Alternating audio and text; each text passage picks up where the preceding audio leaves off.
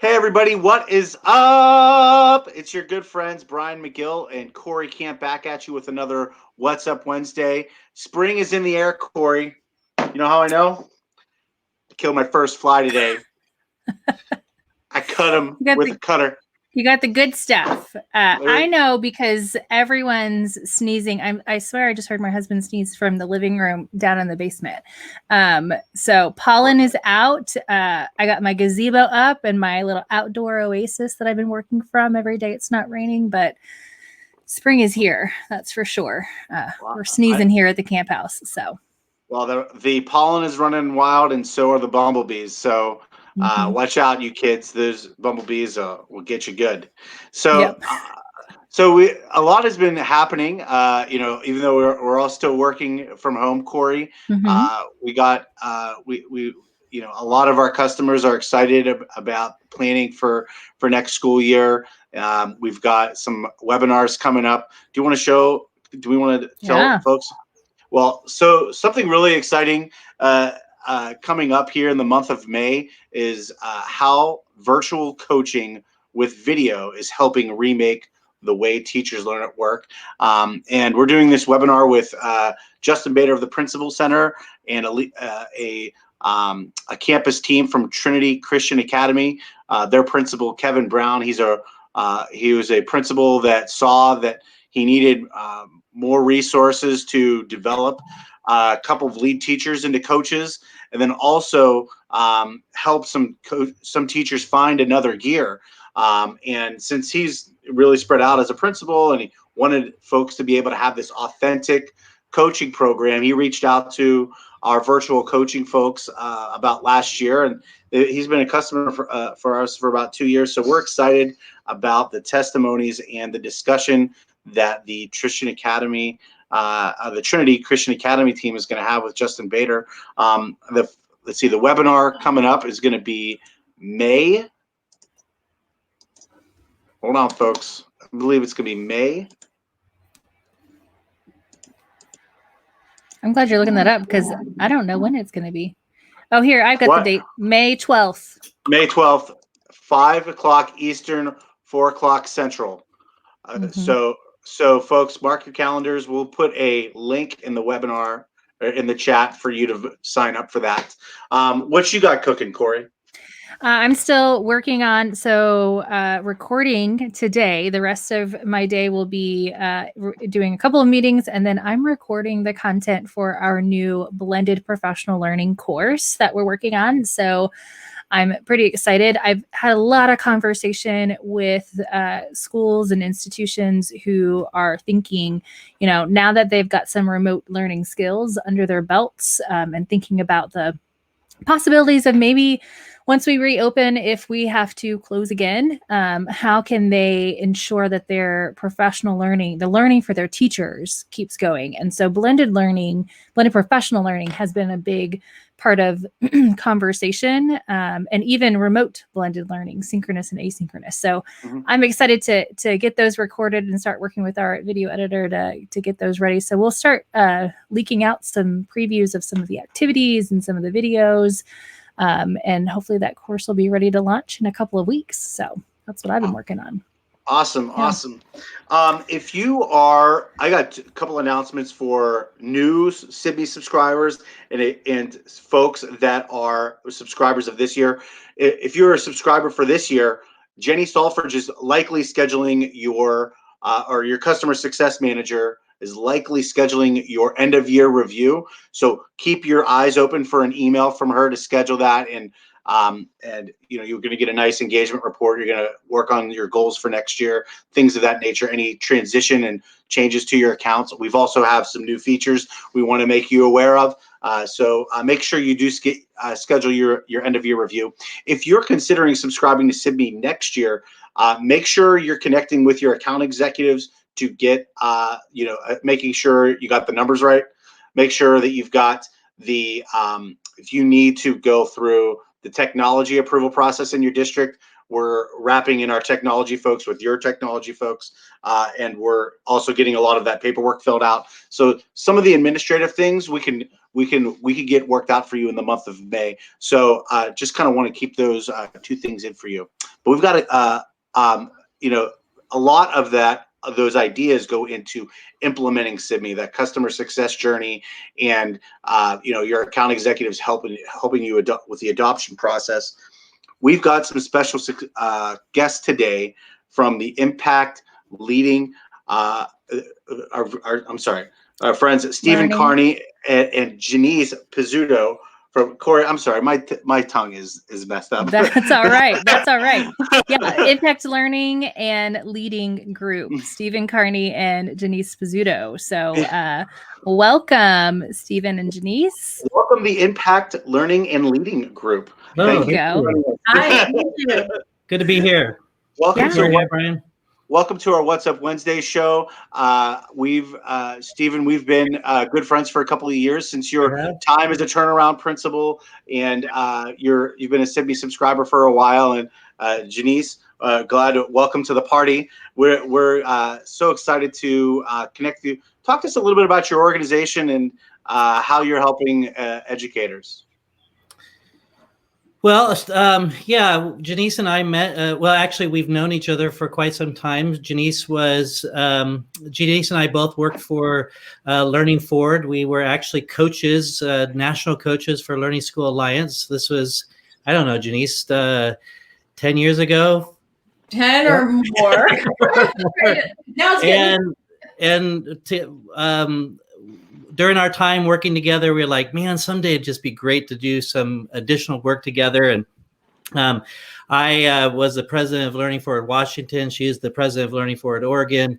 And we connected, and we just happened to connect one time over just some other things. And we formed this idea of wanting to really help educators across the country and actually the world in really thinking about effective implementation. And we really wanted to, it's kind of a gap in our profession. We have a lot of focus on change. We have a lot of focus on instruction, but what's missing is this implementation gap does exist. And what's missing is strategies and protocols and processes and ways to kind of make sure we get successful implementation. Janice, anything you want to add on that? No, that was really well said. Stephen and I are both passionate about helping people scale whatever chosen innovation they've done, because choosing things isn't a problem. It's actually getting them to come to fruition. So we like to say that sometimes the implementation work is really complicated, but we've taken it where we think about the 3 C's. We want to make it clear, we want to make it concise, and most importantly, comprehensible, so that people can take action to implement their chosen innovation.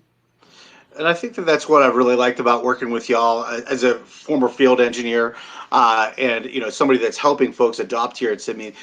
Getting folks to think about the different stages of how do we respond to that change management has been really important.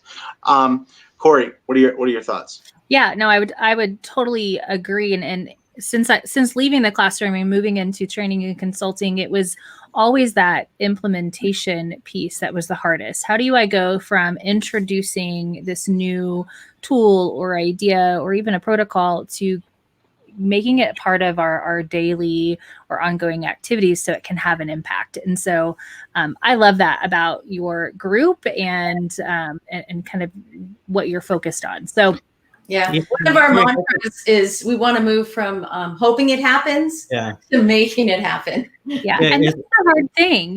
When we work with schools who have adopted SIBME as a solution for their professional learning needs, whatever the model is, it's, they've got this great vision in mind, but then typically there's, they can become a little deflated at the end of year one when it's like not immediately adopted and implemented to that level. And so helping through that change management, as Brian said, can be helpful because it takes time. And as an administrator, I've been in those shoes as well. How do I know that the time I'm putting in, the effort I'm putting in is the right amount at this time? And do I continue on this pathway or should it be changed? So I love that you're helping leaders think about those things. Well, and there's a lot of we know a lot about what works. There's a lot of research about what works. We have more studies about what's effective in the last 20 to 30 years of education than we have in the lifetime of education.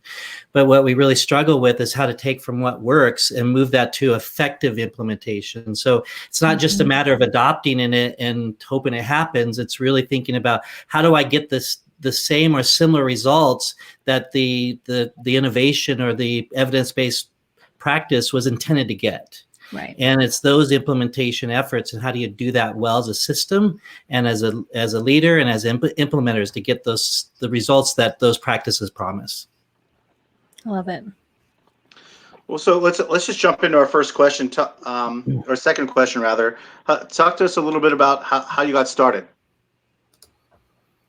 Janice, you want to talk a little bit about that? Yeah. I think I mentioned it a little bit. Yeah, we touched on it. Steve and I have been serving schools, really turnaround schools with high poverty, high second language, highly impacted schools. And both of us have had a lot of success in getting results across campuses, regardless of the challenges that they faced. It was all about really, so that passion to make a difference. And we saw it happen repeatedly, but then we're like, well, there's some similarities, right? And we're both systems thinkers and we have that. So we were really passionate about well, let's put something together that's going to serve so we can see this replicate across schools and across states. Both of us had been working independently, and we thought another mantra we have is the 3 C's, but it's also together we're better. And so we've assembled a team, and we have ourselves a team that's focused solely on supporting schools and school districts in getting results for the students that they serve and really helping them make an impact and using the research and the science to help support them. And really, but it's all about context, climate, and culture. So how we can adapt that. And what's powerful is we enjoy spending extended time with school districts so that they can see that happen. And what Sydney's done for us is that we don't have to it's empowered us to continue to have those in between visits be really meaningful. So we go on site and we might be with a team, and then they put it into context and they think about it through the culture lens that they have, the staff they have, the students they serve, the community, the stakeholders. But once you get it into, once you take the wheel off and then you put it back on, it might look a little different. So with SIVME, we can be a part of those meetings, a part of those conversations without actually having to get on a plane and go. And that was before all this new stuff going on. So we've enjoyed using SIVME to help support ongoing and embedded professional learning so that we can take into account the culture and the context of the schools and districts that we serve. Yeah. So that's kind of, I guess, a long story to say. We started this work because we know that kids matter and we want all kids to grow, and we want to serve the educators that serve those students. And it's usually that professional learning. People go to work every day wanting to do their very best.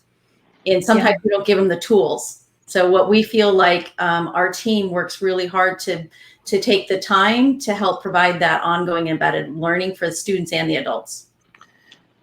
Yeah, and Brian, just to add real quick, Janice and I also, what we brought to our organization is a deep understanding and a depth around implementation science and improvement science. Those are two very deep scientific fields that inform our practice and our work with schools. Awesome. And you guys we're all managing a lot of change right now, and so you guys are going to be hosting a very special virtual summit. Do you want to tell us a little bit about that? Yeah, I think we are hosting an event called Reopening America's Schools, Seize the Opportunity and Reimagine K-12 Education.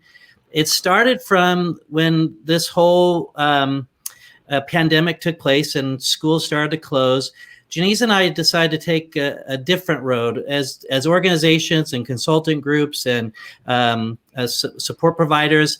They're all responding to this immediate need of virtual learning and all these other things. And there were a lot of voices that were resounding. There are a lot of people who are commenting about what should be done and what shouldn't be done, and how do we do this right, and how do we do this well, and what support can we provide. And Janice and I just kind of sat back and listened to it all.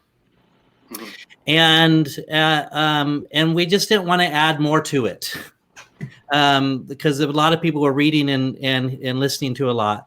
And instead we wanted to think about, well, what happens when we come back? And we know that a lot of things have changed and a lot of things are changing, but we also know that there's this awesome opportunity right now to really think about, when we come back, what do we want to do differently? How can we do it differently? How do we reimagine K-12, and how do we create the systems that we've always wanted to create? We kind of have this window right now to think deeply about those. So Janice and I thought about, what can we do to really support our colleagues and all the teachers and educators and amazing people who are doing great works with kids right now. How do we support them when they reopen? Yeah, and this has been a big, especially in the last probably 2-3 weeks, as people have kind of had a chance to catch their breath a little bit. Schools are starting to dive into new content and a little bit more rigorous experiences for their remote or distance learning.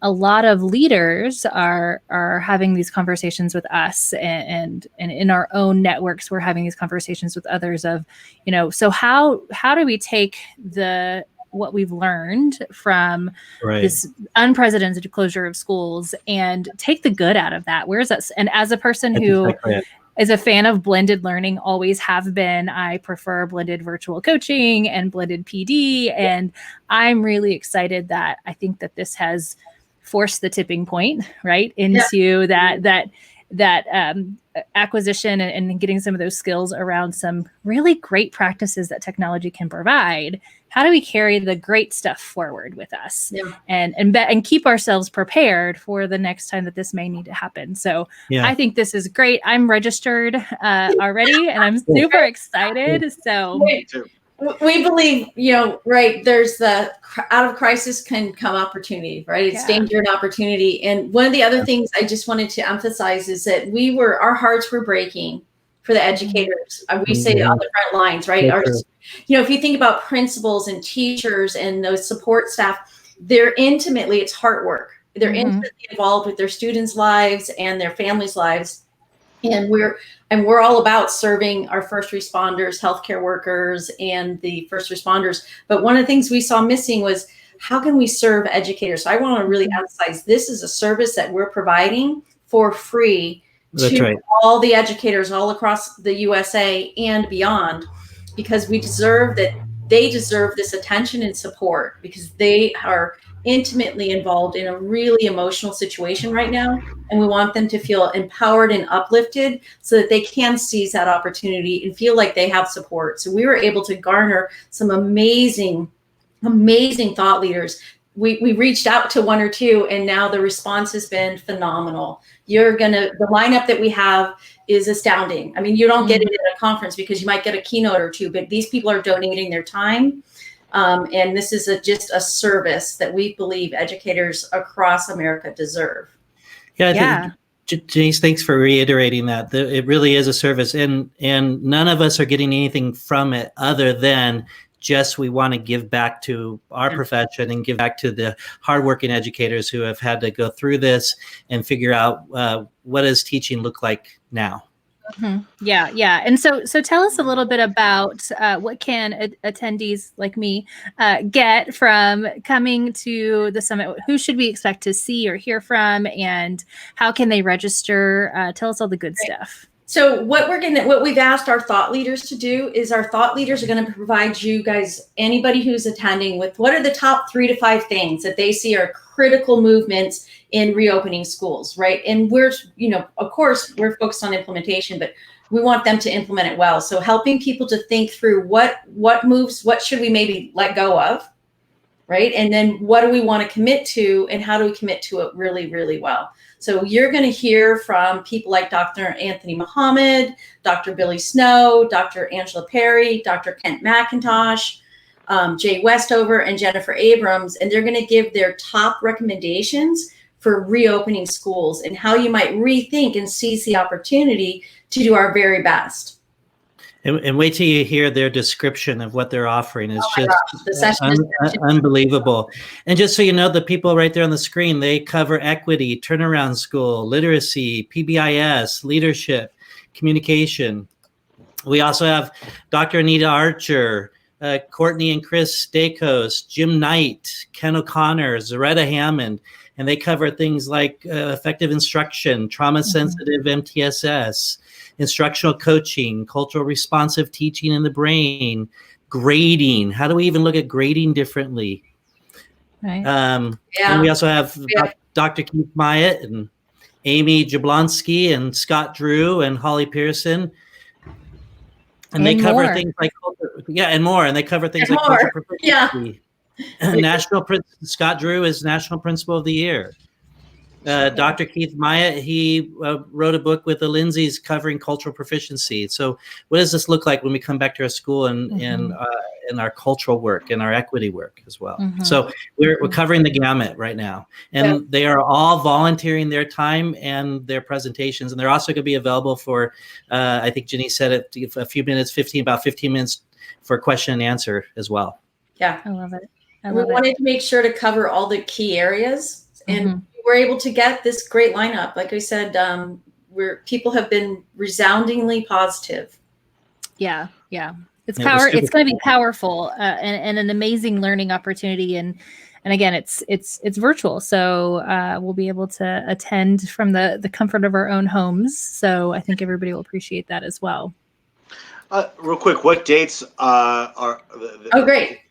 Tell us what dates should we? 26th, 27th, and 28th. Thanks so much, Brian, for clarifying that. And it'll be virtual. And if you go to our website, www.impactlearnandlead.com, you'll be able to see our quick little video, which is super cute. But then that'll take you to Learn More page. And we would encourage you to please pre-register because again, this is all donated, and Stephen and I are using our own money to fund this. So we have limited Zoom capacity. We're doing this all through Zoom. But once registration is full and sessions are full, then that'll be. So we're doing an early registration to encourage people to go to early register. So then right when it goes to live registration, you'll be able to jump on and get into the sessions that you want to without any problem.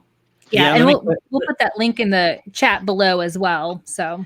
Yeah, Corey, let me clarify a little bit.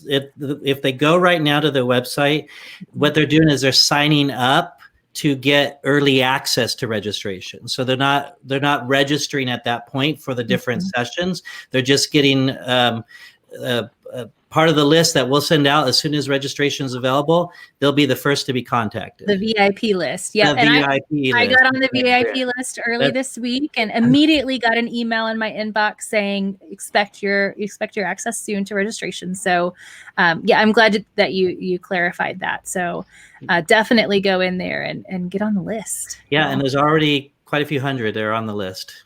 That's awesome. That's awesome. Way to go, Janice and Stephen. Really appreciate your hard work on this special project. So go ahead, 26th, 27th, and 28th, Reopening America's Schools with the Impact Learn and Lead team. Thanks, or group rather. Thanks for coming out and sitting with us for this What's Up Wednesday. We look forward to, I guess we'll have an after the conference chat with you guys if you want. I think since Corey and I will both be there. Be there or be square. That's right. That's right, y'all. And I can't wait to learn from this. This is just incredibly exciting. Yeah, we're putting it on, but I'm going to be sitting there taking notes through every one of them. I think that should be a prerequisite for a conference. If you're going to put a conference on, you better be excited to go to it yourself. Right? Yeah. So, well, I love it. And again, thank you so much for the important work that you do and for coordinating this, because I think you're absolutely right. I've done a little bit of the sitting back as well. And I'm really very, very interested and engaged in what's going to happen this fall and even this summer as we prepare for this fall. So, these will be some great conversations for sure. Yeah, it's going to be exciting. Well, very good. Thanks for coming out, and we'll catch up with you after the conference. I know you guys got a really busy couple of weeks ahead of you because it's really time consuming. So, all right, everybody, we'll see you out there. Thanks for coming on the show, guys. Thanks for having us. We appreciate you. Take care. All right, Brian. So we've Good just trip. got what? Yes, I'm super excited about it, and looking forward to learning in a couple of fronts there as well. So, all right, it's our favorite segment. I say that every time, but it is. Oh my God. It's time for shows. Have you checked out the Something Good news? Have you checked out John Krasinski's new news channel? He started this a couple of weeks ago. It's my Tell me favorite. about it. Tell me I'm about it. a big Office fan. We'll have to talk about it Send me a text. next Wednesday, because I don't want to take away from our awesome spotlight, which is to our Gwinnett County Public Schools in Way to go. Georgia. Way to go. Yeah, they've really been with us for a long time. Wow. And they've got some amazing things on the line. I'm going to be meeting with them. I can't remember if it's next week. Yep, next week I'm meeting with them to talk a little bit about plans for next year, and just, continuing that implementation piece for their professional learning. And they're always a pleasure to talk with, and they're really great thought partners and thinking about making sure our platform's working well and meeting everybody's needs. And so just wanted to give a shout out to them. Jenny met with them just a couple weeks ago. So those guys have been great. Their coach endorsement. So a little bit about Gwinnett County Public Schools. They have used SIBME with fidelity for the last several years, and this year they found another gear. And they use SIBME so much that it would like they burn up the Amazon servers. Similar, like they had to bring in an extra generator for the power and another cooling station because their activity in SIBME is huge. yeah, Okay, it is. so It is. folks in Georgia, if you need to look at anybody in your area that's doing video coaching and collaboration very well, I'll be happy to connect you with the folks at Gwinnett County Public Schools. Yeah. You guys will be on the SIBME Roadshow next year. They also have they're going to be doing, some of their coaches are actually going to be doing a talk with Learning Forward in the month of May. So we'll be tweeting you guys out. Don't you worry. Okay. Super exciting stuff. Keep it up, Gwinnett. Way to and the rest of go. you. Way to go. Way to go. So, Yeah. well, it's been a busy week. Everybody keep up the positive vibes out there. We'll be getting through COVID-19 together, and keep your heads up and chins up, and listen. The birds are singing.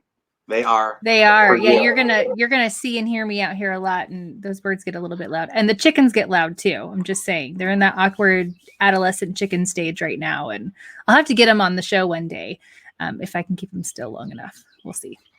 All right, Brian, have a good week. Keep the bug spray close. Get yourself a new can of bug repellent. Part of your May checklist. Okay, they're running wild.